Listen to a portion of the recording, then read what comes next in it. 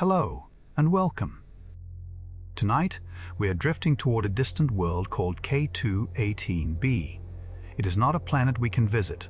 It is not a world we can photograph in clear detail. It is not close enough for oceans, clouds, or continents to be seen directly. And yet, across more than 100 light-years of darkness, this quiet planet has become one of the most fascinating places in the search for life beyond Earth. K2-18b orbits a small, cool star in the constellation Leo. It is larger than Earth, smaller than Neptune, and unlike any planet in our own solar system. It belongs to a class of worlds often called sub-Neptunes, planets too large to be Earth-like in the simple sense, but too small to resemble the giant planets we know.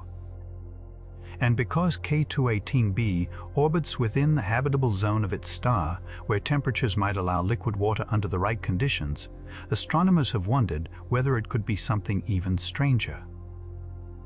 A Hycean world. A planet with a hydrogen-rich atmosphere and perhaps a vast ocean beneath it. Not a second Earth. Not a blue marble like our home, but an alien kind of potentially habitable planet, covered not by continents and forests, but perhaps by deep water under a thick sky.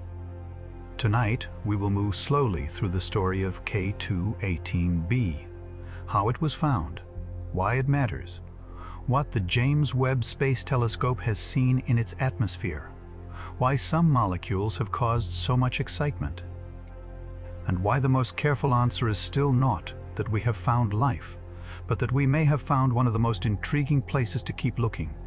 So let the room become quiet, let the stars open gently overhead.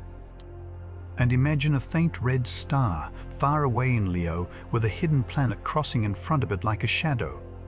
Far from Earth, in a direction marked by the ancient constellation of Leo, there is a small star called K2-18.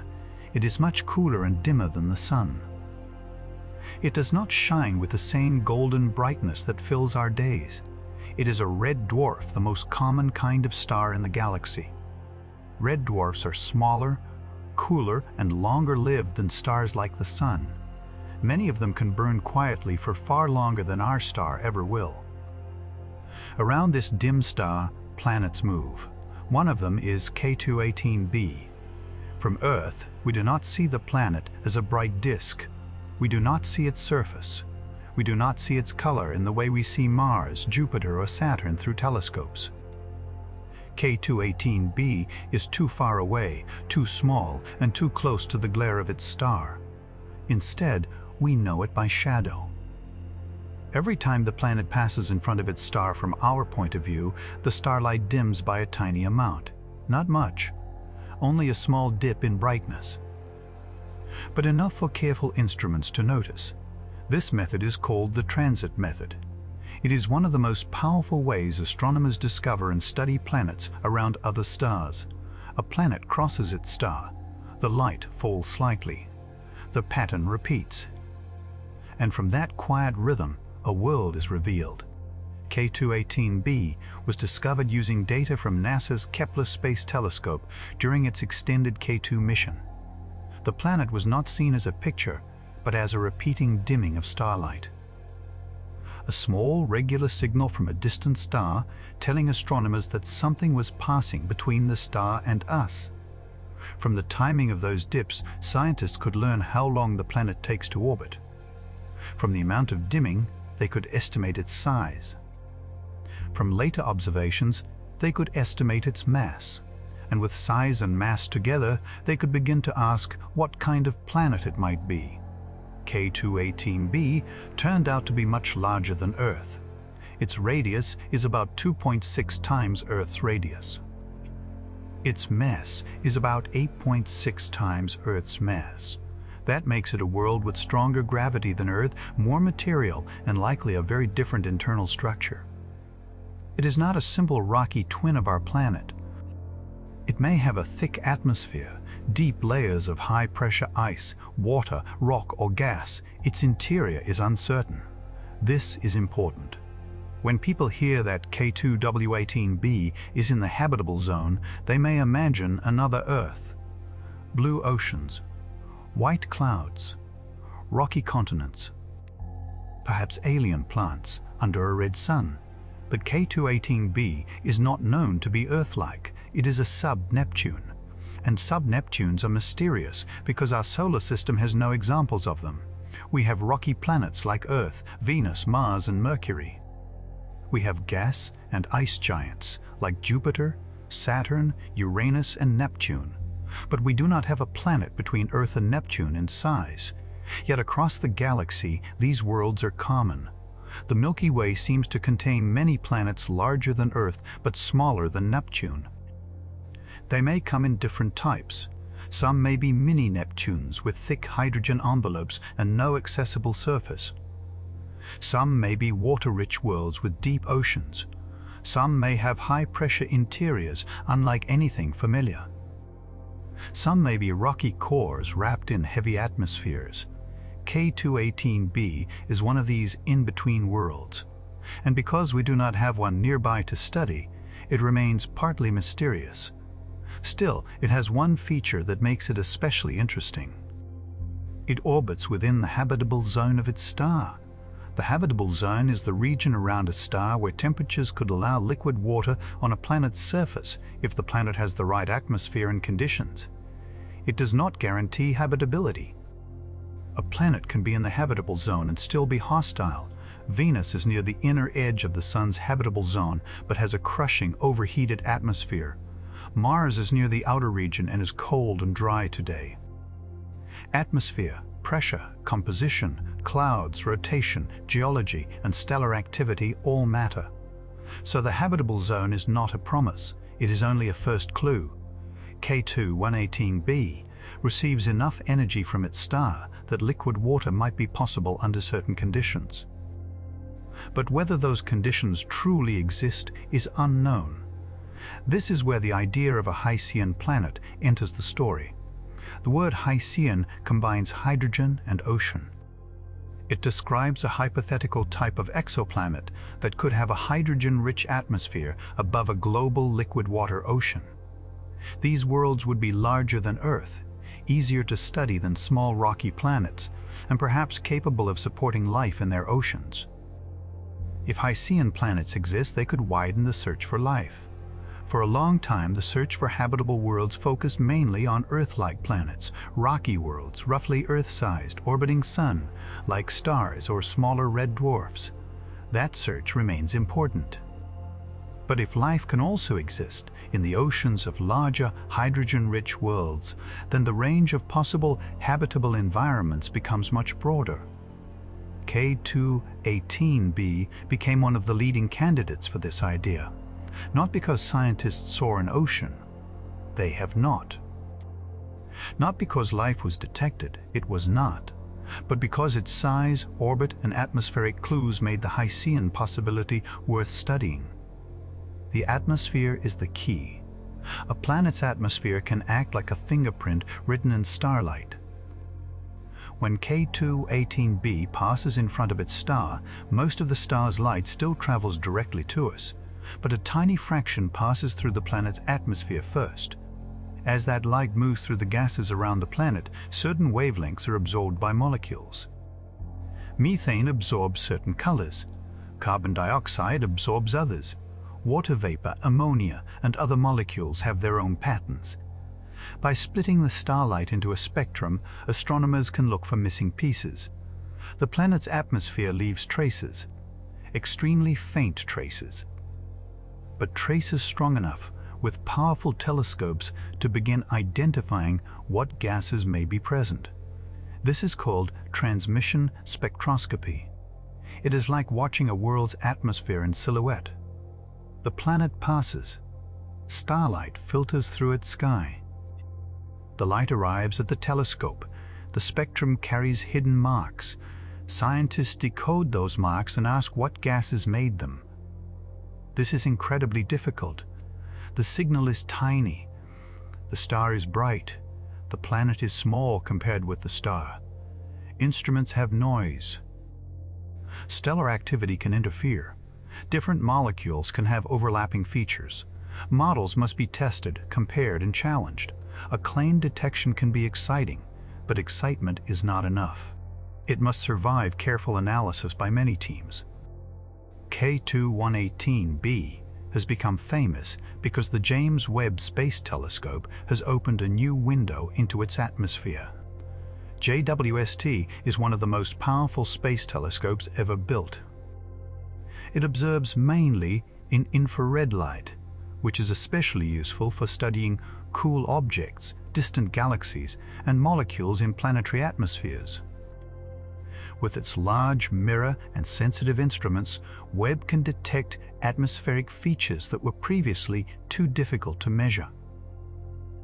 Earlier observations with Hubble suggested that K2-18b had an atmosphere and raised questions about possible water vapor. Later interpretation became more complicated. The features once associated with water could also be affected by other molecules, and the atmosphere of such a planet is not easy to decode. Then JWST observed K2-18b. The results were remarkable. Webb detected methane and carbon dioxide in the planet's atmosphere. These are carbon-bearing molecules. Their presence suggests a chemically rich atmosphere and supports the idea that K2-18b is not simply a dry, featureless world. The observations also found little or no ammonia, which some models suggested could be consistent with an ocean beneath a hydrogen-rich atmosphere, because ammonia might dissolve into water. This combination made the High-Sierra interpretation more intriguing. Methane, carbon dioxide, low ammonia, a planet in the habitable zone, a world larger than Earth with a possible hydrogen-rich atmosphere. Perhaps, some astronomers suggested, K2-18b could have an ocean below its sky, but this remains uncertain. There are other possible explanations. K2-18b may not have a habitable ocean at all. It might have a deep atmosphere over high-pressure layers. Its ocean, if present, might be too hot. Its interior might be more like a mini Neptune than a life-friendly ocean world. Some models suggest that sub-Neptunes can have thick hydrogen envelopes that create intense pressure and temperature below, making conditions far from habitable. The planet could also be a water-rich world whose deep interior does not resemble an ocean in the ordinary sense. At high temperatures and pressures, water behaves differently from the water we know on Earth. The boundary between atmosphere and ocean may not be simple. The surface, if one exists, may not be a calm liquid sea under a sky. It may be a high-pressure environment, a supercritical layer, or something even stranger. So the phrase ocean world must be used carefully. An ocean on K2-18b, if it exists, would not necessarily look like Earth's oceans. There may be no shore, no waves under a blue sky, no continents, no familiar weather. Perhaps only a deep global layer beneath a hydrogen atmosphere, under alien pressures, warmed by a dim red star. And yet, even the possibility is extraordinary, because Earth teaches us that water can be a cradle for chemistry. Everywhere on our planet where liquid water, energy, and chemistry meet, life finds ways to exist. In oceans, under ice, around hydrothermal vents, in acidic pools, in deep rocks, in darkness, under pressure, life is persistent. So when astronomers find a distant planet where liquid water might exist, they pay attention. K2-18b became even more exciting because of a possible molecule called dimethyl sulfide, DMS. On Earth, dimethyl sulfide is strongly associated with life, especially marine microbes and phytoplankton. It is released in biological processes in Earth's oceans and can enter the atmosphere. Because of this, astrobiologists have considered DMS a possible biosignature gas, a molecule that, if found in the right context on another planet, might suggest biological activity. The word possible is important. A biosignature is not proof by itself. It is a clue. And every clue must be tested against non-biological explanations. The first JWST observations of K2-18b included a possible hint of DMS. The signal was weak and required further validation. Scientists were careful to say it was not a confirmed detection. It was intriguing, but not enough. Then later, JWST observations using a different instrument and wavelength range were reported by the Cambridge-led team as evidence for DMS, or a related molecule called dimethyl disulfide, DMDS. The signal was described as significant, but still not at the level scientists usually demand for a discovery as extraordinary as life beyond Earth. This caused headlines around the world. Possible signs of life, strongest hints yet. Alien ocean world, a planet teeming with life. But the careful scientific reality is quieter. The signal may be real, it may be DMS or DMDS, it may be something else. It may be affected by modeling, noise, stellar activity, or unknown atmospheric chemistry. And even if DMS or DMDS is truly present, life is not the only possible explanation until all non-biological pathways are understood and ruled out. K2-18b is not Earth. Its atmosphere is different. Its star is different. Its pressure, chemistry, radiation environment, and interior may be very different. A molecule that is strongly biological on Earth may have other sources in a strange exoplanetary atmosphere. Scientists must be careful not to assume that alien chemistry follows Earth's rules exactly. Independent teams have also raised caution about some interpretations of the data. Some analyses question whether all claimed molecules are robustly detected. This is normal in frontier science. The first results from difficult observations often lead to debate. Different groups use different models, data reductions, assumptions, and statistical methods. Over time, stronger observations and repeated analyses help the picture become clearer. This is how science should work. Not by instant certainty, but by testing, questioning, repeating, challenging, improving. K2-18b is exciting not because we know it has life, but because it sits at the boundary of what we can now ask. For most of human history, planets around other stars were only speculation. People wondered whether other suns had other worlds, but no one had direct evidence. Then, in the late 20th century, the first exoplanets were confirmed. Since then, thousands have been found. Hot Jupiters, super-Earths, mini-Neptunes, lava worlds, water world candidates, planets around binary stars, planets around red dwarfs. Systems packed with multiple worlds. The galaxy became full of planets. Then came the next question: could we study their atmospheres? At first, that seemed almost impossible. An exoplanet is tiny beside its star. Its atmosphere is thinner still. And yet, by using transits and spectra, astronomers began to detect gases in distant planetary atmospheres. Then JWST made the search far more powerful. Now, for a planet like K2-18b, more than 100 light-years away, we can begin to ask what its atmosphere contains. Not in detail like Earth's weather forecast, not enough to draw a map, but enough to glimpse chemistry, methane, carbon dioxide, possibly sulfur-bearing molecules. And from chemistry, the mind naturally turns to habitability.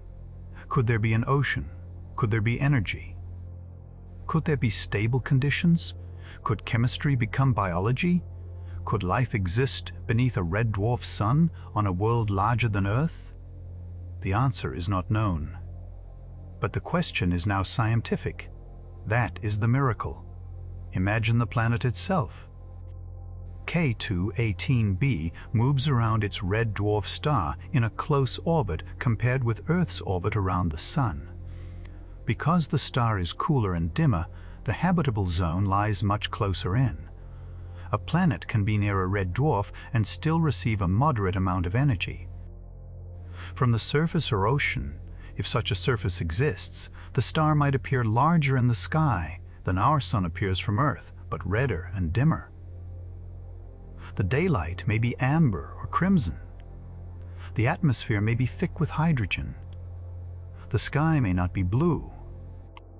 Clouds, if present, may form from unfamiliar chemistry.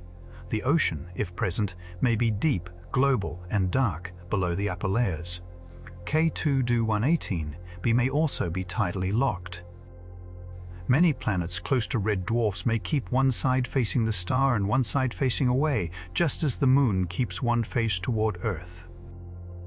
If K2-18b is tidally locked, one hemisphere may live in constant day, the other in constant night, with winds and currents carrying heat around the planet. But whether it is locked and how its atmosphere redistributes heat depends on details we do not fully know. On such a world, weather could be unlike anything on Earth. The atmosphere might be deep and active. Clouds might circle the planet. Heat might move through powerful winds. If there is an ocean, its surface may be under pressure far higher than its sea level on Earth. Life, if it existed, would have to adapt to that world, not ours. It might not look like plants, animals, or anything familiar. It might be microbial, chemical, oceanic, hidden. Perhaps living in upper ocean layers. Perhaps near chemical gradients. Perhaps using energy from the star, or from reactions between the atmosphere and ocean. Perhaps not there at all. The absence of certainty should not dull the wonder.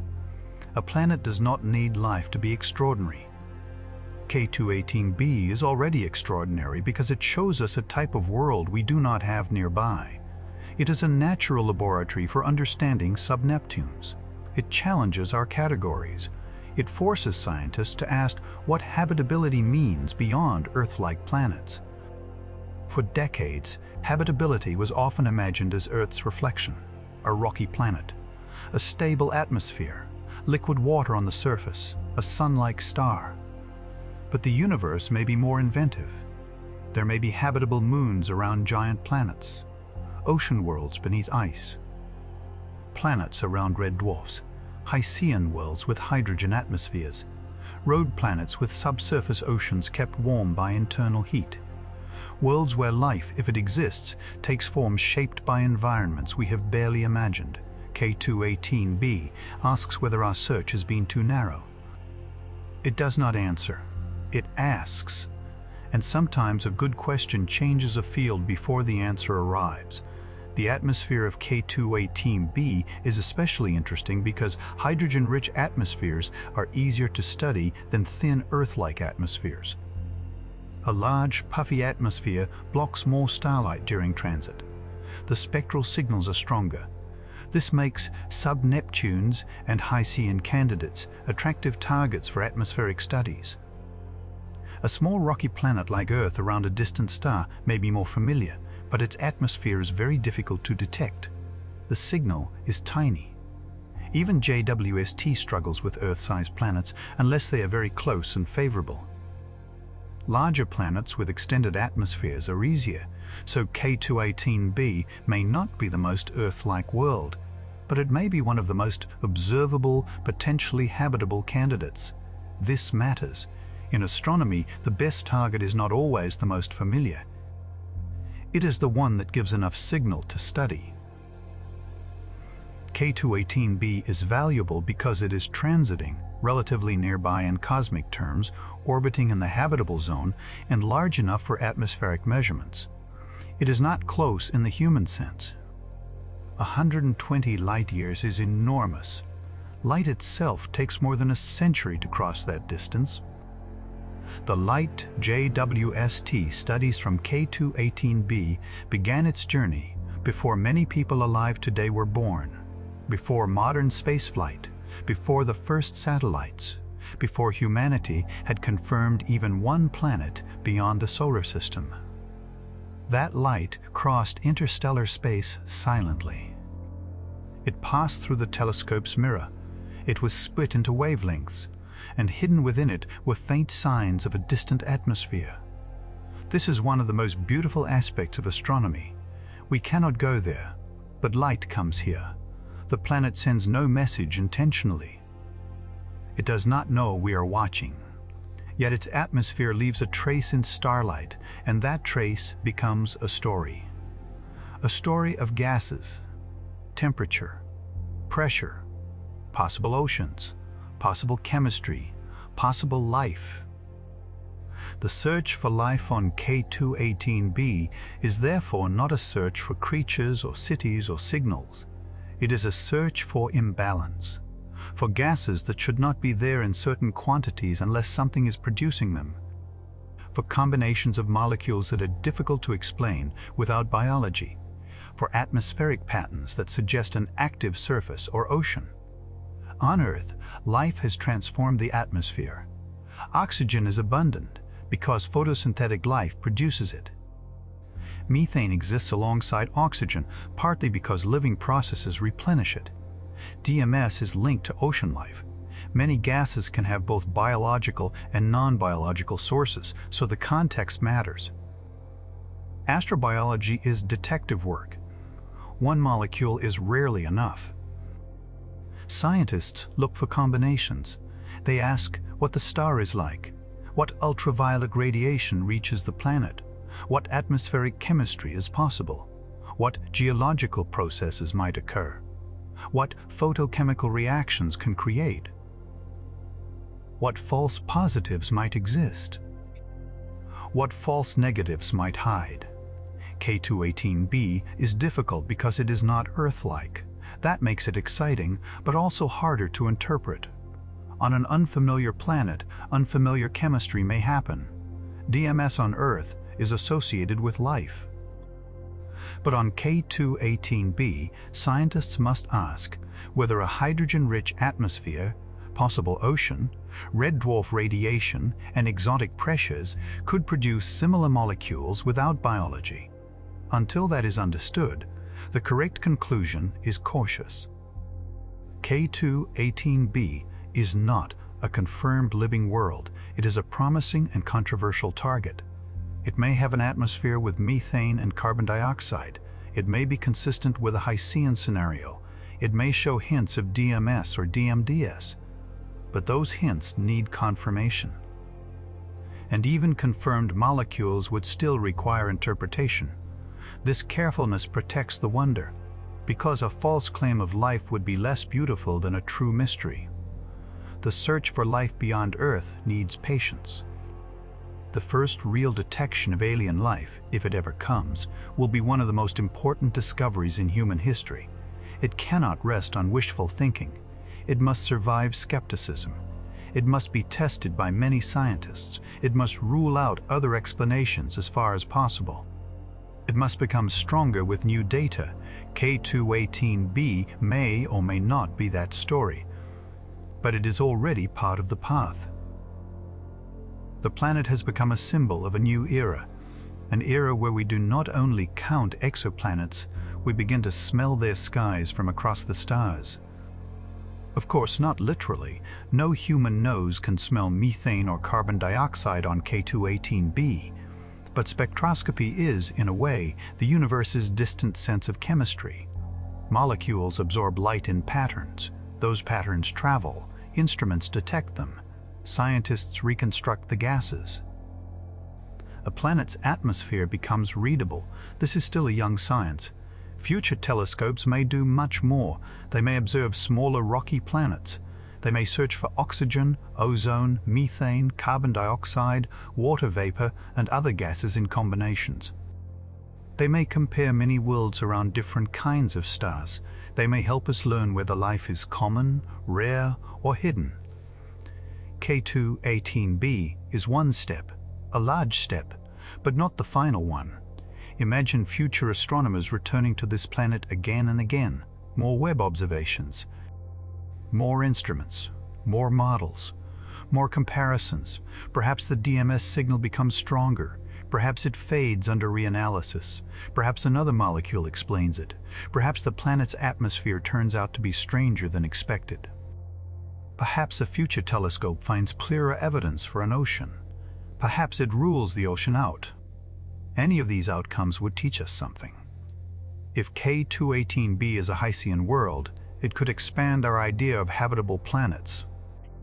If it is not, it will teach us how easily we can misread distant atmospheres. If the DMS signal is real and biological, it would transform humanity's understanding of life. If it is real but non-biological, it would teach us new chemistry. If it is not real, it would teach us humility in the hardest measurements. Science wins by learning, not only by confirming hopes. There is a quiet dignity in that. K2-18b orbits its star whether our theories are right or wrong. It does not care what we call it. Hycean. Many, Neptune, sub-Neptune, ocean world, false positive, candidate, mystery. It simply moves in its orbit, crossing the face of its red star again and again, creating small shadows in starlight. Those shadows reach us, and we try to understand. The host star matters too. Red dwarfs are common, but they can be active. Many produce flares and radiation that may affect planetary atmospheres. A planet in the habitable zone of a red dwarf orbits close to the star, which can expose it to stellar activity. Atmospheres can be stripped, altered, or chemically changed by radiation. But some planets may retain thick atmospheres, especially if they are massive like K2-18b. A thick hydrogen atmosphere could protect an ocean. Or it could create high pressure and heat that make habitability difficult. Again, the same feature can be hopeful or dangerous, depending on the details. Hydrogen can warm a planet through greenhouse effects. It can make atmospheric signals easier to detect. It can support unusual chemistry. But too much hydrogen, too much pressure, or too much internal heat could make the environment uninhabitable. K2-18b lives in this uncertainty. That is why it is fascinating. It is not the simple answer to the question of life. It is the complicated next question. The term Hycean world itself is still hypothetical. No Hycean planet has been definitively confirmed. The idea is based on models, atmospheric clues, and the possibility that some sub-Neptunes may have oceans under hydrogen atmospheres. K2-18b is one of the best-known candidates, but its true nature remains debated. Some scientists think a Hycean interpretation fits the observations well. Others argue that alternative models can explain the data. This debate is healthy. When the evidence is difficult, disagreement is not failure. It is the process by which weak ideas are filtered and strong ideas become stronger. A distant planet's spectrum is not a simple photograph. It is a puzzle. The star has its own behavior. The instrument has its own noise. The planet's atmosphere may contain many molecules. Clouds or hazes may flatten spectral features. Temperature and pressure affect absorption. Different chemical models can fit similar data. So scientists must compare possibilities carefully. What combination of gases best fits the spectrum? How confident is the fit? Could stellar spots mimic or alter the signal? Could an unknown molecule create the same feature? Could the atmosphere be different from the model assumptions? Could clouds hide important information? This is why K2-18b will remain under study. The answer is not finished. And that unfinished quality is perfect for a quiet documentary, because the planet is not only a world, it is a question suspended in starlight. Let us imagine the journey. We leave Earth at night. The planet falls behind blue and white, wrapped in atmosphere. The moon becomes a pale stone.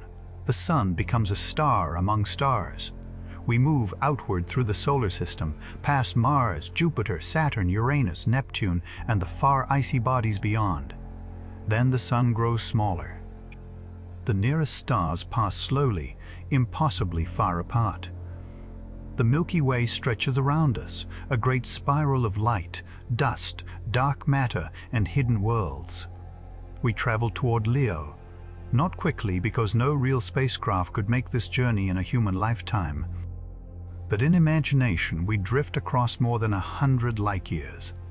At last, we approach a dim red star, K2-18. It glows cooler than the sun. Around it, planets circle, and there in the habitable zone is K2-18b. We do not yet know what it looks like. Maybe it is wrapped in pale haze. Maybe its atmosphere is deep and blue-gray. Maybe clouds cover it entirely. Maybe beneath the atmosphere lies a global ocean. Maybe beneath the atmosphere lies no habitable surface at all. Maybe it is warm, maybe too hot, maybe calm, maybe stormy, maybe alive, maybe empty. The unknown remains. But the planet is real. It has mass, it has radius, it has an orbit, it has an atmosphere we can begin to study. It passes in front of its star, and the starlight that filters through its air carries clues across the dark. That is enough to make it one of the most important exoplanets we know. K2-18b also reminds us that the search for life is not a search for certainty first. It is a search for targets, places worth looking, worlds that combine enough favorable conditions to deserve deeper study. Mars is one such place because it once had water and may preserve ancient traces. Europa and Enceladus are such places because they have subsurface oceans. Titan is such a place because it has complex chemistry. Exoplanets in habitable zones are such places because they may have environments where liquid water and chemistry can persist. K2-18b is part of this larger search. It is far away, but accessible to atmospheric observation. It is not known to be habitable, but not easy to dismiss. It is not known to host life, but has raised questions that cannot be ignored. The search for life beyond Earth may not begin with a spaceship landing on alien soil. It may begin with a spectral line, a slight dimming, a faint absorption feature, a molecule in a distant atmosphere, a signal so small it must be argued over for years. This is how the first hints may come, not as a voice from the stars, not as a photograph of forests, not as a spacecraft over an alien ocean, but as chemistry, as light, as doubt, as careful repetition. If life exists on K2-18b, it may be hidden under clouds, under hydrogen, under kilometers of ocean, too small to see and too far to reach. It may not know stars as points in a sky. It may live in chemistry and currents, in darkness or dim red light, in a world where Earth would feel impossible. If life does not exist there, the planet is still a lesson. A lesson in how diverse planets can be. A lesson in how atmospheres behave. A lesson in how difficult biosignatures are. A lesson in the danger of wanting an answer too badly. Both outcomes matter. The universe is not only interesting if it is inhabited. It is interesting because it creates worlds, some familiar, some strange, some hopeful, some hostile. K2-18b is strange enough to expand the imagination and real enough to anchor it.